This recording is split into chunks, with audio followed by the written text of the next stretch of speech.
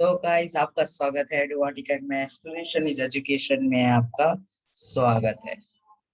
तो चलिए गाइस आज हम लाइफ प्रोसेस के नेक्स्ट पार्ट में आ गए हैं। तो आज का टॉपिक हमारा बड़ा ही इंटरेस्टिंग होने वाला है। आज हम एलिमेंट्री कैनाल स्टार्ट करेंगे। यस, अगर आपने पिछले वीडियो नहीं देखे तो आप देख लीजिएगा, लिंक आपको डिस्क्रिप्शन में मिल जाएगी। ठीक है, तो चलिए चलिए चलिए आज की हम सेशन करते हैं स्टार्ट। तो देखिएगा, सेशन स्टार्ट करने से पहले एक महत्वपूर्ण सूचना। अगर आपने मेरी चैनल को सब्सक्राइब नहीं किया तो जनाब कर दीजिए। कर लिया है तो चलो आगे बढ़ते हैं। सब्सक्राइब किया ही है तो लाइक बटन और बेल आइकन बटन दबाने में कितना ही तुम्हें टाइम लगेगा, दबा दो और आगे बढ़ो। चलिए, as you all know that कि हमने प्रीवियस सेशन में क्या पढ़ा था। एलिमेंट्री कैनाल और डाइजेस्टिव ग्लैंड्स जो हमारे अंदर nutrition and digestion human beings में हेल्प करते हैं। एलिमेंट्री कैनाल starting from the mouth ending with the anus. याद आया ना वो वर्ड? हाँ, let's start. So guys, as मैंने बोला था starting from the mouth ending, क्या बोला था मैंने?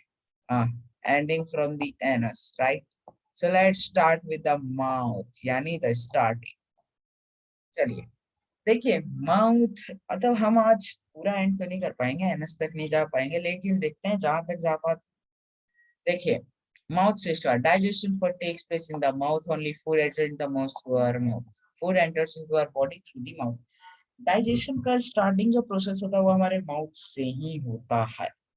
ठीक है, माउथ से हमारा डाइजेशन का प्रोसेस स्टार्ट हो जाता है, यानी जब हम इनटेक करते हैं, हम च्यू करते हैं, हमारा डाइजेशन स्टार्ट हो गया। यानी जो हमारा सलाइवरी ग्लैंड है वो जो है सलाइवा सिक्रीट करता है for digesting the starch, right. S, याद रखिएगा। ये आप कैसे याद रखेंगे मैं आपको बताता हूँ। देखिए, माउथ से हम लोग को पता है कि एलिमेंट्री कैनाल स्टार्टिंग होता है और वो किसका डाइजेस्ट करेगा? स्टार्च। तो दोनों में एस आता है, यानी START स्टार्च। ठीक है, चलिए अब इसके कॉजल फैक्टर्स क्या है। Teeth teeth are the hard structures, they are present on the upper and the lower jaw. ये दोनों ऊपर नीचे प्रेजेंट रहता है। किसी में देखा ऊपर प्रेजेंट है नीचे नहीं है, खा रहा नहीं हो पाता। They help in the crushing of the food, जिसे हम मैस्टिकेशन भी कहते हैं। नहीं याद रखना वर्ड? कोई नहीं, मत रखो। किसने कहा आपको? मैंने तो नहीं कहा। Through grinding, cutting and chewing of the food. भाई जनाब, आप फोर्थ क्लास की बातें याद कीजिए। फोर्थ क्लास में आप क्या क्या पढ़ा करते थे? टीथ जो है टोटल 4 टाइप की होती है। Incisor, canine, premolar, molar, right. Incisor, canine, premolar, molar. तो चलिए, अब वो जो चार चार टाइप की जो टीथ होती है, वो टीथ के बारे में जानते हैं नहीं जानते? जानते हैं ना आप? चलिए देखिए, आगे बढ़ने से पहले दोस्तों पहले जान लेते हैं हम डिड यू नो वाले भैया क्या बोल रहे हैं। ठीक, dental caries to decade the cause gradual softening of the छोड़ो इसे। Beginning when bacteria acting on the sugar produces acids that softens the demineralized the enamel। मतलब देखिए, जब बैक्टीरिया जो आता है वो जो हमारे टीथ को जो डीके करता है वो स्टार्ट यहीं से होता है। Masses of bacterial cell together with the food particles stick to the teeth and to form the dental plaque। Saliva cannot reach the tooth surface to neutralize the acid। ये सब आप छोड़िए, फालतू है, आगे बढ़ते हैं। देखिए जनाब, अभी भी हम माउथ में अटके हुए हैं। माउथ में आता है, हमने अपने दांतों के बारे में तो जान लिया, दांतों को सेव करना भी जान लिया। अब जानते हैं थोड़ा जीभ के बारे में, यानी tongue. Tongue is a muscular sensory organ रहता है जो सेंसिंग में हेल्प करता है। किसके? टेस्ट के सेंसिंग में, राइट। जो हेल्प इन द सेंसरी, और तो ये सेंसरी ऑर्गन है विच present in the floor of the human buccal cavity. यानी हमारा जो माउथ है इसे हम बकल कैविटी कहते हैं, और ये फ्लोर मतलब नीचे प्रेजेंट रहता है ऐसे, है ना। लेकिन क्या आपने कभी ये देखा है, मैं आपको एक फैक्ट अगर बताऊं, तो हमारा जो जीव है वो कभी भी नीचे रेस्ट नहीं करता। आप ऐसे मुंह बंद रखिए ना, वो हवा में ही ऐसे रहेगा। चेक कर लीजिए आप। It has taste bud, of course इसमें टेस्ट बर्ड्स होता है जिसका बहुत महत्व है हमारे टेस्टिंग में, उसके बिना तो हम कुछ नहीं कर पाएंगे। It also helps in the mixing of the food and the cleaning of the teeth, यानी वो मिक्सिंग, फूड के मिक्सिंग में और फूड और टीथ के क्लीनिंग में भी हेल्प करता है। यानी इससे वैसे पीवाई क्यों नहीं आएगा, तो फिर आप इसे पढ़ लीजिए ऐसे ही, आपको इसके लेकिन फंक्शंस थोड़े ध्यान में होने चाहिए। फंक्शंस कभी कभी, ज्यादा नहीं, कभी कभी वो 1 मार्कर्स में आ जाते हैं। सो गाइस, आगे हम बढ़ रहे हैं अब फेरिंग्स की तरफ। फेरिंग्स पे बढ़ने से पहले मैं आपको याद दिला दूं कि अगर आप चैनल पे नए हैं तो सब्सक्राइब कर दीजिए, और अगर आपको इसके नोट्स चाहिए तो आप टेलीग्राम चैनल ज्वाइन कीजिए। So let's start with the pharynx. Pharynx में देखिए, small funnel shaped chambers located just behind the oral cavity. It links with the esophagus and the trachea. देखिए pharynx जो है ना, एक जगह है, मतलब वो एक कॉमन पाथवे है।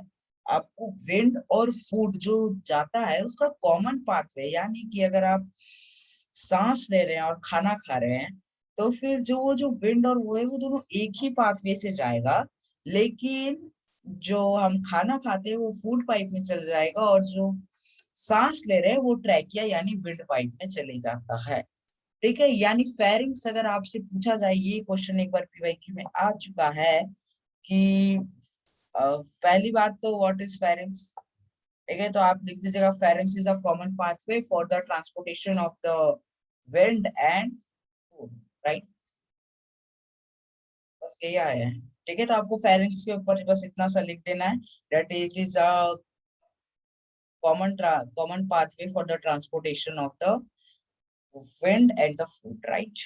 Which connects to the esophagus and trachea both simultaneously. तो दोनों को वो कनेक्ट करता है। ठीक है, चलिए आगे। अब हमने यहाँ क्या देखा, वो इसोफेगस को भी कनेक्ट कर रहा है, ट्रैकिया को भी। एज हम एलिमेंट्री कैनाल पढ़ रहे हैं तो हम इसोफेगस के बारे में जान लेते हैं, क्योंकि देखिए इसोफेगस जो रहता है वही जाके ना कनेक्ट होता है हमारे फिर किससे। देखिए जो ये इसोफेगस आप देख, यहाँ तो ऐसे नहीं दिख रहा है। देखिए ये जो इसोफेगस यहाँ पे जो है ना, ये इसोफेगस ही रहता है जो आके आपका इससे स्टोमक से कनेक्ट रहता है। ठीक है, तो चलिए हम जो है पहले इसोफेगस के बारे में जान लेते हैं। इसोफेगस में लिखा है, it is a thin but long muscular tube like structure that leads the food from the frank pharynx to, यहाँ पे आई एम लिटरली सॉरी, यहाँ पे जो है एक स्पेस बार आएगा तो मैंने नहीं दिया, कोई बात नहीं। फेरिंग्स टू द स्टोमक, ये जो है फेरिंग्स मैंने आपको बताया ना, कॉमन पाथवे वही है। फेरिंग्स से स्टोमक को जो लाने का ड्यूटी है फूड का, वो सारा इसोफेगस पे डिपेंड करता है। अगर इसोफेगस नहीं रहेगा तो बेचारा हमारा स्टोमक जो है सीएल रिलीज करते जाएगा, एसिड करते जाएगा करते जाएगा करते जाएगा करते जाएगा, कोई बात नहीं। लेकिन है तो ये, वो जो है फेरिक्स यानी जो कॉमन पाथवे था वहां पर से फूड लाने का जिम्मेदारी इसे सौंप दिया गया कि भाई तुम ही लाओगे। इसने हाँ भी कर दिया, तो भाई इससे फिर क्या दिक्कत। अब चलिए वो कहाँ पे ला रहा है, हमने जाना सीधा हमारे पेट में, स्टोमक।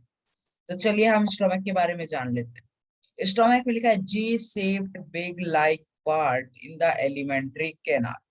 ठीक है, आप इसे जे शेप लिख दीजिए, यू शेप लिख दीजिए, सी शेप लिख दीजिए, जो शेप लिख दीजिए, आपको जो मन वो लिख दीजिए। ठीक है, इसमें है कि जे शेप एक बैग, एक जे शेप लाइक का बैग है जो एक एलिमेंट्री कैनाल का पार्ट है, which stores the food and does it partial digestion. यानी देखिए वो जो है फूड को स्टोर रखता है और अंदर डाइजेशन करता है with the help of the three things in it, that is the HCl, mucus and this, what this enzymes present in there, NaCl होता है, और हाँ NaCl होता है।